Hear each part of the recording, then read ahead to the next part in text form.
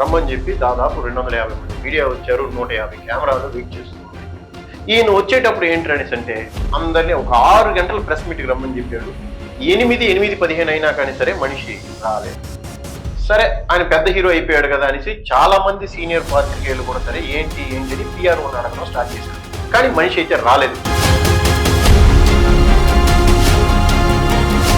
Madras movie ప్రేక్షకులకు నమస్తే, నేను మీ జర్నలిస్ట్ ఉదయని. హీరో ధనుష్ ని ఇక్కడ ఉన్న తమిళ పాత్రికేయులు అసలు బీభత్సంగా తిట్టి పడేస్తున్నారు. అసలు ఏంటి ఈ మనిషి ఆరంభ కాలంలో ఏ రేంజ్ లో ఉండేవాడు, ఇప్పుడు ఎందుకు ఇలా చేస్తున్నాడని గత కొంతకాలంగా తిట్టుకుంటున్నారు. కానీ నిన్న జరిగిన పాత్రికేయ సమావేశంతో ఇంకా ఎక్కువగా తిట్టుకుంటున్నారు. అసలు తమిళ జర్నలిస్టులు అందరూ కలిసి ధనుష్ ని 4 ముక్కలు అడిగేయాలి అన్నంత సీరియస్ గా ఉన్నారు. విషయం ఏంటంటే ధనుష్ డైరెక్షన్ లో ఇటీవల వచ్చిన సినిమా రాయన్. ఆ సినిమాలో సందీప్ కిషన్ కూడా ముఖ్యమైన పాత్ర పోషించారు. ముఖ్యంగా ఏంటంటే ఇది ధనుష్ కి 50వ సినిమా. ఆయనే దర్శకత్వం వహించాడు. ఇది ఆయన దర్శకత్వంలో వస్తున్న రెండో సినిమా. ఆయన దర్శకత్వంలో వచ్చిన రెండో సినిమా ఇది. ఈ సినిమా రిలీజ్ అయింది, ఆశించిన విజయం అయితే మాత్రం దక్కలేదు. సినిమాలో బాగా పెద్ద ప్రొడక్షనే. అసలు కళానిధి మారన్ గారు సన్ పిక్చర్స్ బ్యానర్ లో సినిమాని నిర్మించారు. కానీ ఆ సినిమాకు ఊహించినంత పాజిటివ్ రివ్యూస్ అయితే రాలేదు. సినిమా పెద్ద బ్లాక్ బస్టర్ అయితే కూడా కాదు. తెలుగులో కూడా రిలీజ్ చేశారు, బ్రహ్మాండంగా ఆడియో లాంచ్లు పెట్టారు, అన్ని చెప్పారు. అక్కడికి వెళ్ళారు, నాకు పవన్ కళ్యాణ్ అంటే ఇష్టం అని చెప్పి అక్కడ ఉన్న ఆడియన్స్ కూడా అట్రాక్ట్ చేయడానికి ధనుష్ ఏదో ప్రయత్నం చేశాడు. కానీ ఆ ప్రయత్నం ఎంత ఉన్నా కానీ సరే సినిమాలో స్టఫ్ ఉంటేనే ప్రేక్షకులు కూడా దాన్ని ఆదరిస్తారు. కానీ సినిమాలో ఏమి లేదని అర్థమైపోయింది. స్వామి వదలరా బాబు అన్నట్టుగా తల పట్టుకోవడం, ప్రేక్షకులందరూ తల పట్టుకోవడం జరిగింది. సినిమా ఫలితం కూడా తేలిపోయింది. అసలు అనుకున్న హిట్టు దక్కలేదు. సరే పోనీ దాని గురించి వదిలేశారంటే లేకుండా థ్యాంక్స్ గివింగ్ మీట్ అని ఒకటి నిన్న పెట్టారు. పెట్టి మీడియా వాళ్ళందరినీ రమ్మని చెప్పి దాదాపు 250 మంది మీడియా వచ్చారు. 150 కెమెరాలు వెయిట్ చేస్తూ ఉన్నాయి. ఈయన వచ్చేటప్పుడు ఏంటనేసి అంటే అందరినీ ఒక 6 గంటల ప్రెస్ మీట్కి రమ్మని చెప్పాడు.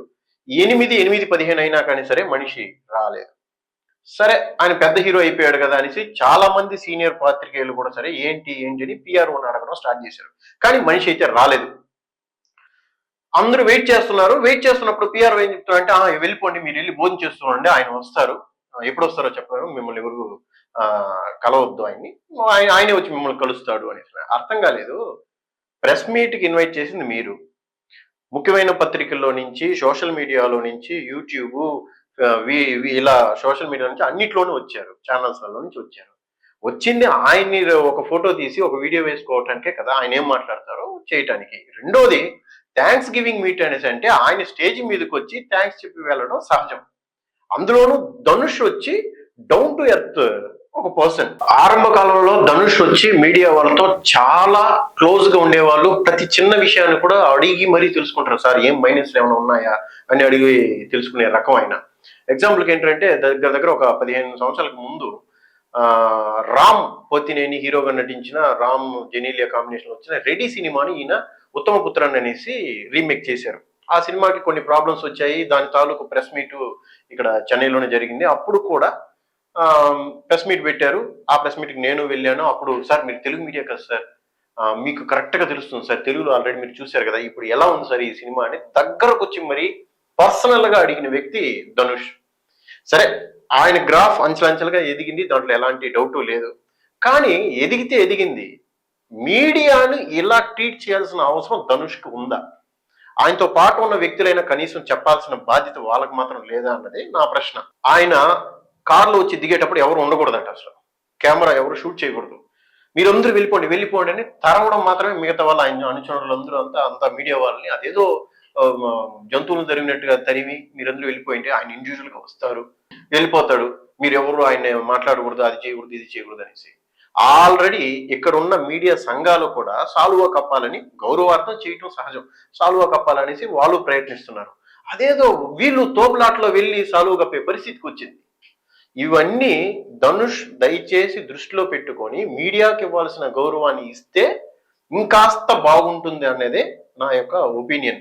ఇదేంటంటే మీడియా అంటే ప్రేక్షకుడికి ఏ సినిమానైనా తీసుకెళ్లేది మీడియానే, అందులో ఎలాంటి డౌట్ లేదు. అది మంచి సినిమానా చెడు సినిమానా అన్నదని చాలా క్లుప్తంగా డీటెయిల్డ్గా 2 ముక్కల్లోనూ 3 ముక్కల్లోనూ చెప్పే బాధ్యత మీడియా మీద ఉంది. ధనుష్ ఈ రేంజ్కి వచ్చాడంటే దాని వెనక మీడియా పాత్ర కూడా ఉందనటంలో ఎలాంటి సందేహం లేదు. ఎంతో మంది సీనియర్ జర్నలిస్టులు కూడా ఉన్నారు. ఆయన స్టేజ్ మీద కాసేపు నిలబడి అందరితో మాట్లాడి వెళ్ళుంటే సరిపోయేది. ప్రతి ఒక్కరు తిట్టుకున్నోళ్ళే నిన్న.